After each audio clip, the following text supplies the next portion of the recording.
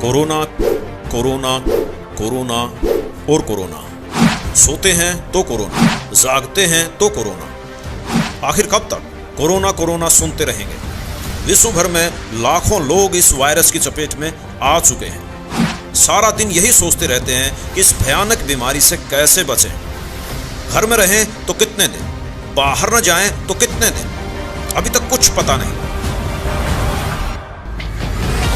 सोचने वाली बात यह है कि आखिर यह सब अचानक कैसे हो गया।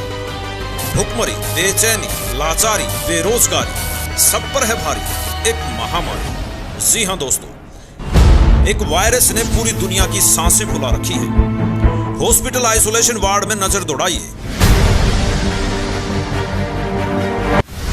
या सड़क पर सर पर चल रहे इन मजदूरों को देख लीजिए। सबकी सांसें फूली हुई हैं, किसी की बीमारी से, किसी की भूखमरी से। अब तो बेरोजगारी का तनाव भी गर्दन पर तलवार लिए खड़ा है। जान और जहान दोनों खतरे में है। कोई कहता है कि यह वायरस चीन ने जानबूझकर छोड़ा है। कोई कहता है यह चीन का जैविक हथियार है। कोई कहता है कि यह संत सताने की सजा है। कुछ लोगों का कहना है कि यह शिव हिंसा करने का फल है। भविष्यवक्ताओं ने इस घड़ी को पहले ही बता दिया था। नास्ट्रेडमस, जय गुरुदेव तथा सूरदास जी ने इन सब को कौन नहीं जानता। सारा विश्व जैसे ठहर सा गया हो। एक वायरस ने सारी दुनिया को सोचने पर मजबूर कर दिया है। सबसे शक्तिशाली कहे जाने वाले देश अमेरिका, रूस, ब्रिटेन सभी इस वायरस के आगे ऐसा है नजर आ रहे हैं। शायद इंसान को अपनी औकात का पता चल रहा है, लेकिन अब भी कुछ लोग भगवान के अस्तित्व को नकारने की कोशिश कर रहे हैं, जो अभी इस वायरस की चपेट में नहीं आए हैं। यह वीडियो विश्व के उन बुद्धिमान लोगों के लिए है जो इस भयानक समय में भगवान, गॉड, अल्लाह को खोज रहे हैं। कहीं सच में यह संत सताने की सजा तो नहीं है, या फिर कोई बड़े परिवर्तन की आहट है, जिसकी भविष्यवाणियां पहले नास्ट्रेडमस, सूरदास, रविदास और फ्लोरेंस ने कर रखी है।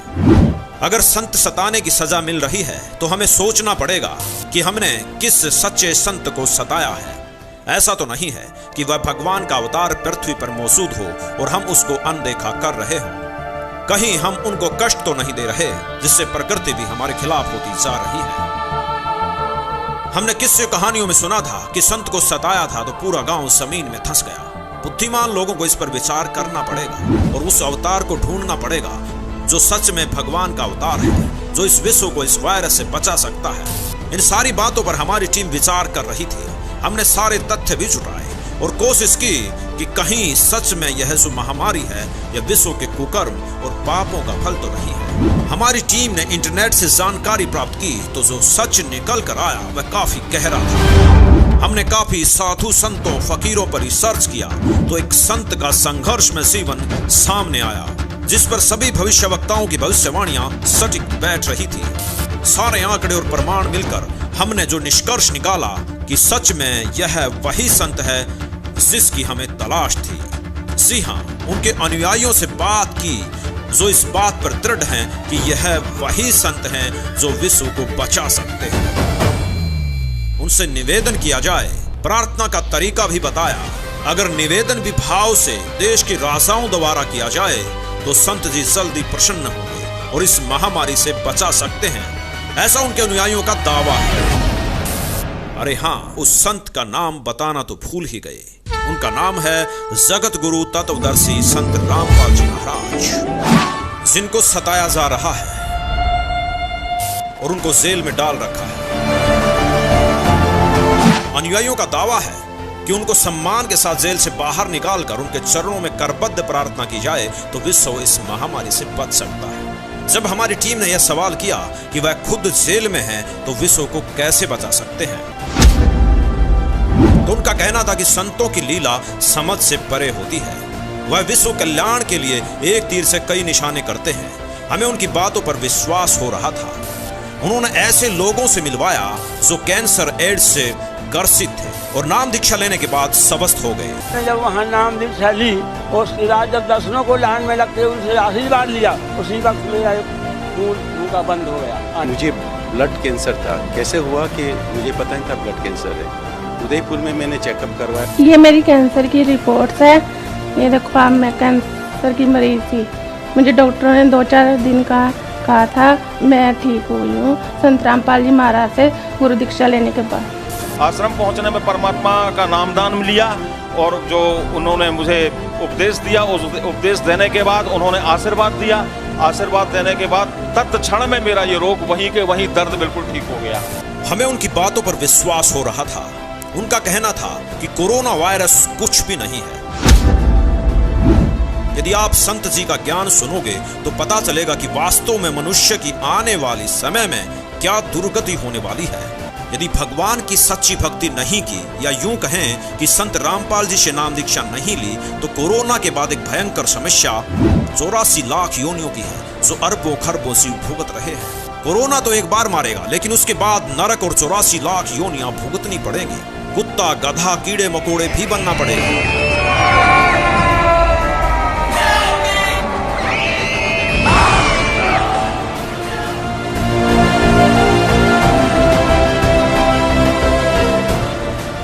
अब मारी थी, फिर कहाँ गया? स्वर्ग गया, फिर पृथ्वी पर, फिर स्वर्ग गया, फिर पृथ्वी पर, फिर नरक गया।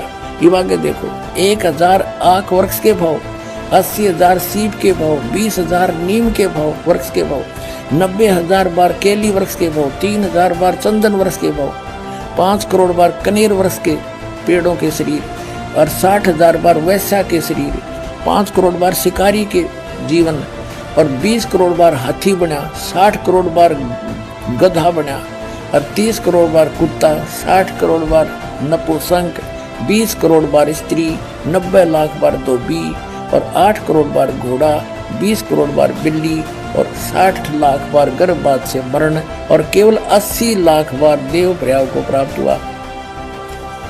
ये है रियल जन्म मरण का चक्र, बिल्कुल सत्य है। कब तक? जब तक उस अल्लाह अकबर की सत साधना इस दास से प्राप्त नहीं होगी, तो ऐसे जन्म मृत्यु सबकी होगी। यह बातें सुनकर एक वीडियो हमारे सामने आई, जिसे देखकर हमारी आंखों में भी आंसू आ गए।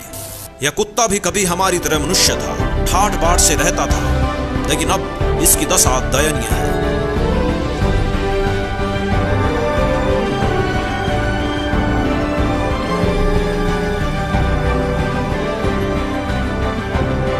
दोस्तों, सच है और बिल्कुल सच है। राहत भरी खबर ये है कि इन भविष्य वक्ताओं ने ही मौत से बचने के लिए सटीक रास्ते बताए हैं। संत तुलसीदास जी ने इसी पुस्तक के पृष्ठ 59 पर 1971 में भविष्यवाणी करते हुए कहा था कि वह महापुरुष जो भारत को विश्व विजेता और विश्व गुरु बनाएगा, जिसकी एक भाषा होगी और एक झंडा होगा, वह भारत के एक छोटे से गाँव में जन्म ले चुका है।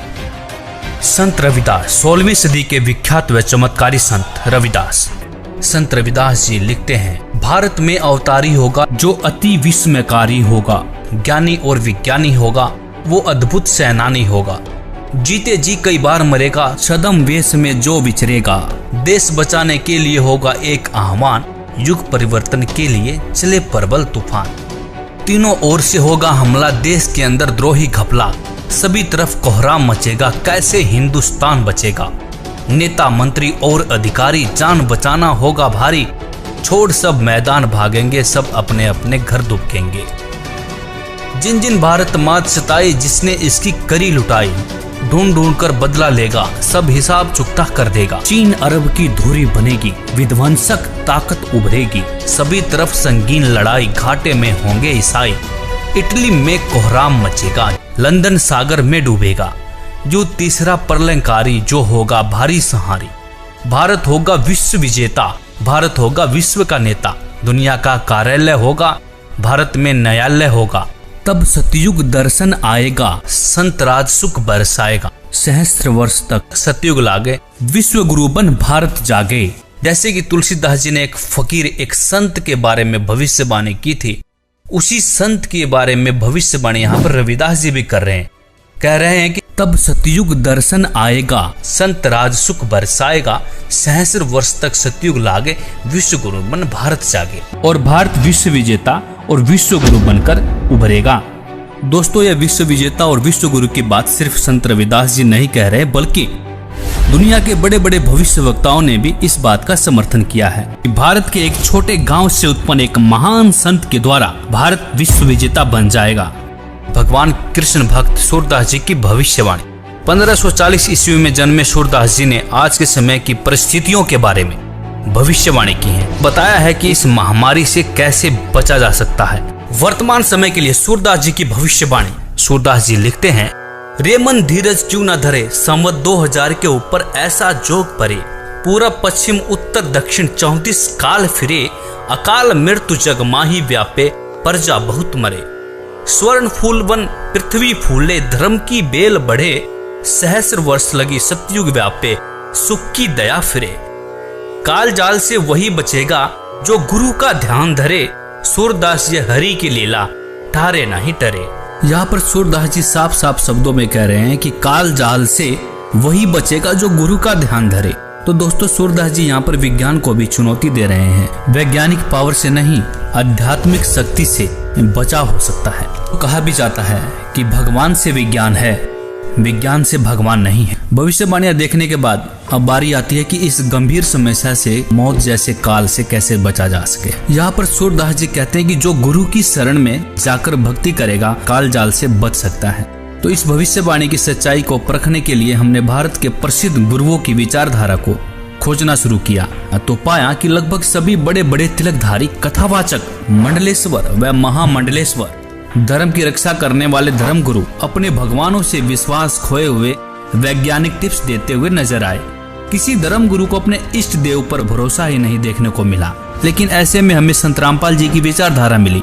उन्होंने अपने प्रभु के प्रति विश्वास से लबालब वेदों के प्रमाण दिखाए और कहा कि यदि आप किसी भी बीमारी या मौत से बचना चाहते हैं तो परमेश्वर की शास्त्र अनुकूल साधना करें।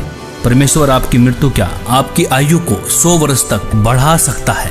भगवान के अवतार सारे विश्व का कल्याण करने आए हैं। हमारी टीम का भी सभी से निवेदन है कि संत रामपाल जी को जल्द से जल्द देशों के राजाओं द्वारा विश्व को बचाने के लिए नम्र निवेदन भेजा जाए। सारे विश्व की प्रजा भी श्रद्धा भाव से निवेदन करे तथा सारा संसार संत रामपाल जी से नाम दीक्षा लेकर अपने मोक्ष का रास्ता तय करवाए। आशा करते हैं कि आपको हमारी वीडियो पसंद आएगी। वीडियो को लाइक, शेयर और सब्सक्राइब जरूर करें ताकि यह कल्याणकारी संदेश सारे विश्व तक पहुंच सके।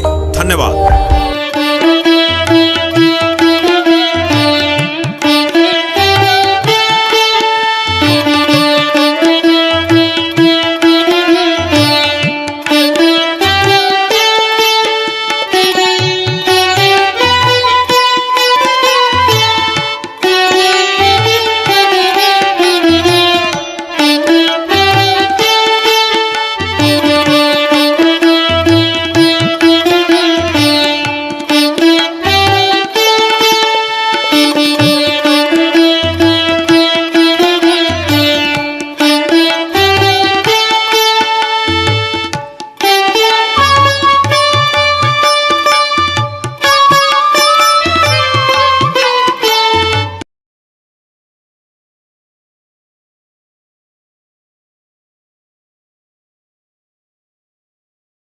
तक सतयुग लागे, विश्व गुरु बन भारत जागे और भारत विश्व विजेता और विश्व गुरु बनकर उभरेगा।